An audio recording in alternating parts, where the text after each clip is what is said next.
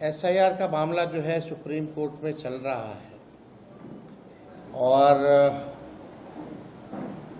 कल तो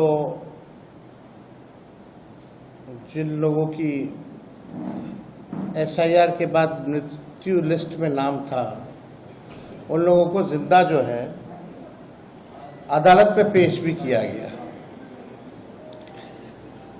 देखिए, ये एक गंभीर मामला है। वोट की चोरी लोग कह रहे हैं। चुनाव आयोग जो है वोट की डकैती कर रहा है बीजेपी के इशारे पर। बीजेपी के अंधभक्त लोग जो हैं वो कहते हैं कि मोदी जी का करिश्मा है जो चुनाव जीतते जाते हैं, चाहे किसी भी राज्य में हो। लेकिन सच्चाई ये है कि वोट की डकैती पुरजोर तरीके से हो रही है। अब जब खुलासा होने लगा है तो बीजेपी की बोलती बंद है। आज तक इलेक्शन कमिश्नर जो है प्रेस कॉन्फ्रेंस नहीं किए। आज तक ऐसा कभी नहीं हुआ। और आज आप देखिएगा कि कुछ और एसआईआर में जो प्रक्रिया में जो खामियां रही हैं उसको भी हम लोग जो है उजागर करेंगे। लेकिन पहले बीजेपी का एक फॉर्मूला होता था चुनाव हराने का।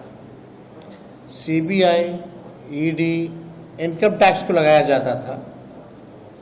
जब ये सब बेकार हो गई एजेंसियां तो इलेक्शन कमीशन को जो है आगे जो है किया जा रहा है। वोट की चोरी, वोट की डकैती इलेक्शन कमीशन ने 2020 में भी किया था।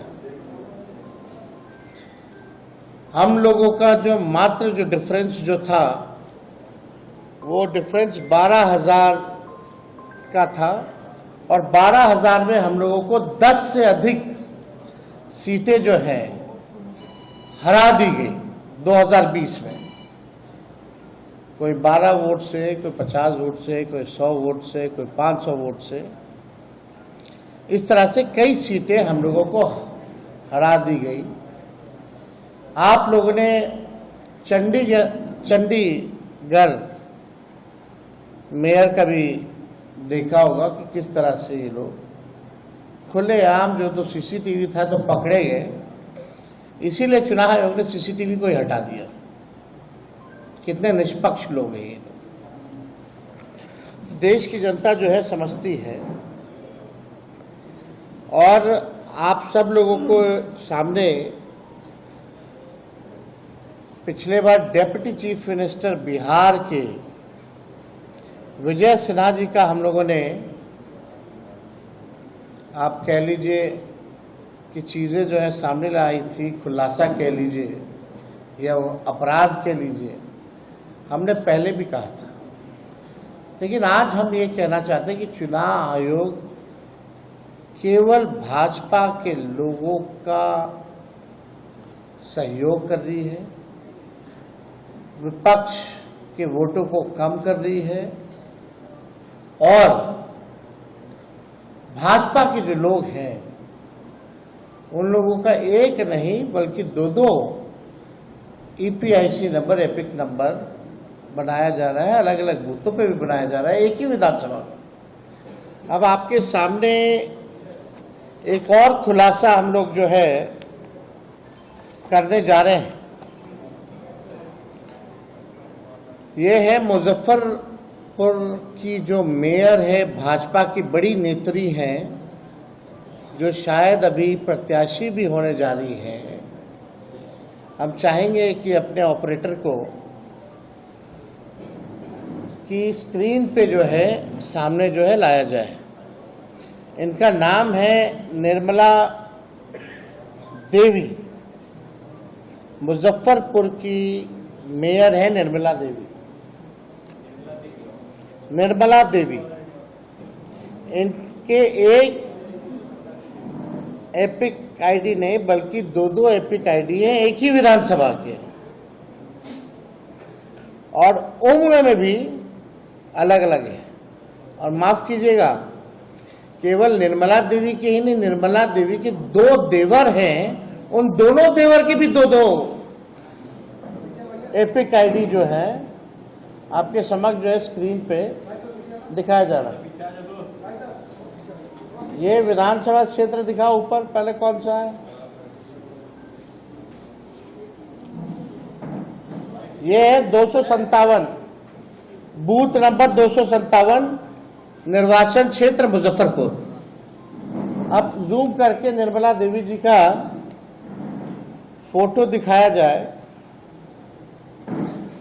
ये वहां की मेयर हैं और इनके बगल में जो 2 और जो फोटो जो हाईलाइटेड हैं, एक दिलीप कुमार और एक मनोज कुमार, ये इनके 2 देवर हैं। अब दूसरा बूथ जो है वो लगाया जाए 153, ऊपर देखिए 153 मुजफ्फरपुर।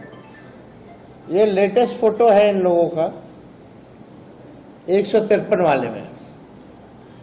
निर्मला देवी इसमें 48 साल उम्र है और 257 वाले बूथ नंबर पर इनका 45 साल उम्र है। तो आप दोनों देवर को आप देख सकते हैं। दूसरा देवर को दिखाओ।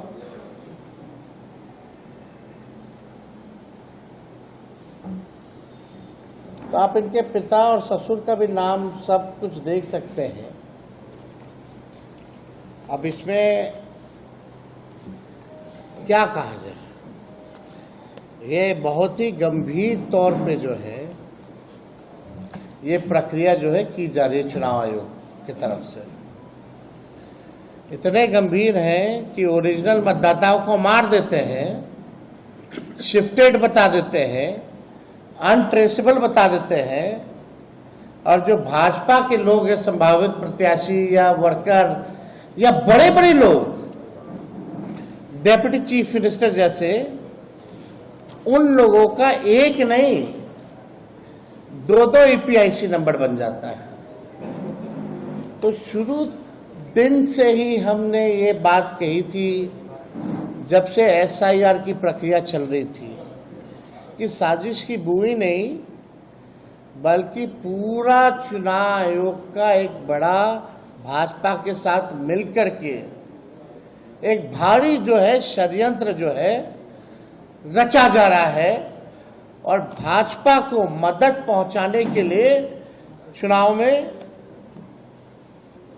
जो हमारे गरीब मतदाता हैं, जो विपक्षी दलों के वोटर हैं, उनको मित्र बता दिया जाता है, उनका वोटर लिस्ट से नाम काट दिया जाता है, और भाजपा के लोगों का एक नहीं अनेकों जो है वो किया जाता है।